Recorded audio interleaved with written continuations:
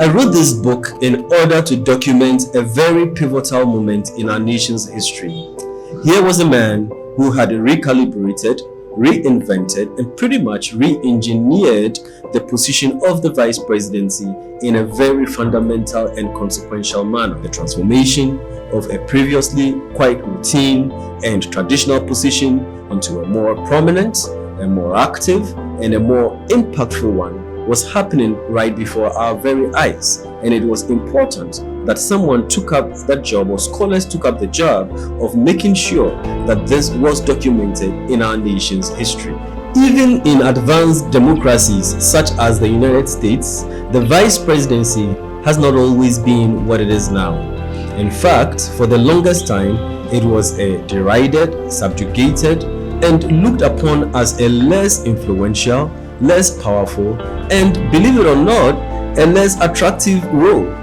The records show that no fewer than 7 proposals were tabled in the first 100 years of US democracy seeking to abolish the office of the vice presidency. In fact, the first vice president of the United States, John Adams, once said, quote, "My country has in its wisdom contrived for me the most insignificant office that ever the invention of man contrived or his imagination conceived. As I can neither do good nor evil, I must be borne away by others and meet the common fate."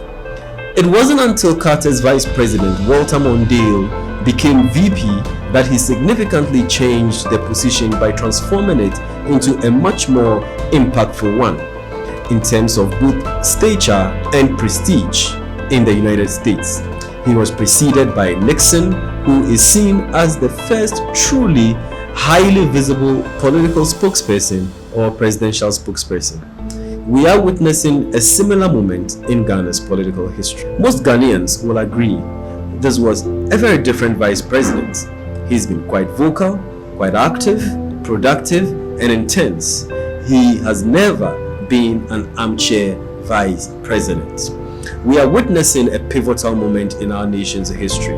Dr. Bawumia, through his outspokenness, diligence, committedness, industry, and his overall zealousness as vice president, has transformed the position from a traditional, routine, and quite limited one into a more visible, a more prominent, and a more impactful one. He has demonstrated that it's quite possible to take a routine, restrained, and pretty much guarded position and turn it into a much more active, engaged, bustling, and impactful one.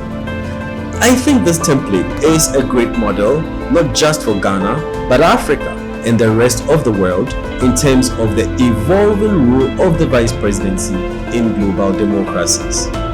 Across the political landscape, we can all attest to his zealousness, his energy, and his inventiveness, especially when it comes to mainstreaming technology into national institutions and processes, specifically mainstreaming digitalization to enhance efficiency, hence the nickname Mr. Digitalization.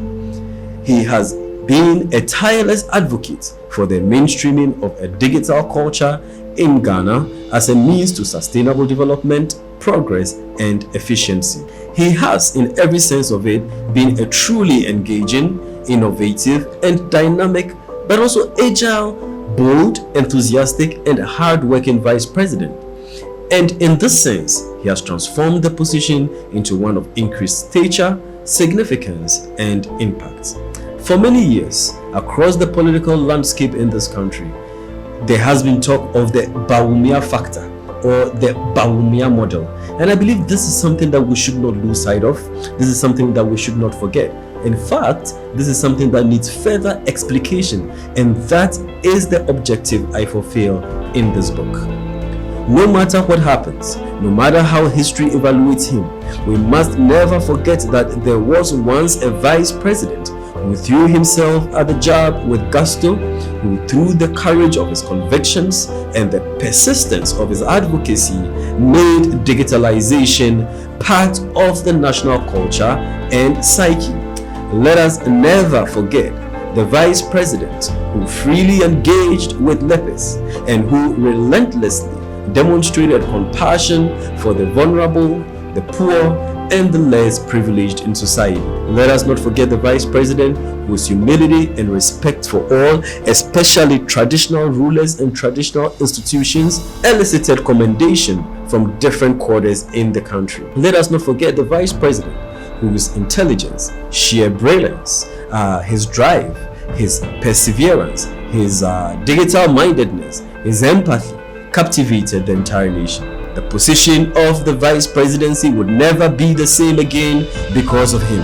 Our democracy would never be the same again because of him. And this nation would surely not be the same again because of the work that Dr. Bawumia has done, the inspiration that he has provided to lots of people, and the impact that he has made as vice president. The nation, our democracy, our society, and a very major governmental institution, that is the vice presidency, will never be the same again because of him. The Bawumia story is that he took quite a very respectable position, but a routine one, and transformed it into an instrument for social justice, for social progress, for digital efficiency, and for social good. And we are all the better because of that. History will look back at him as the pace-setting vice president. We'll look back at him as setting an exemplary model for the rest of Africa. History will look back at him as an impactful vice president, and history will look at him as a pace-setter, an innovator, and, as I've argued in many places, a futurist and an agent of change for social transformation.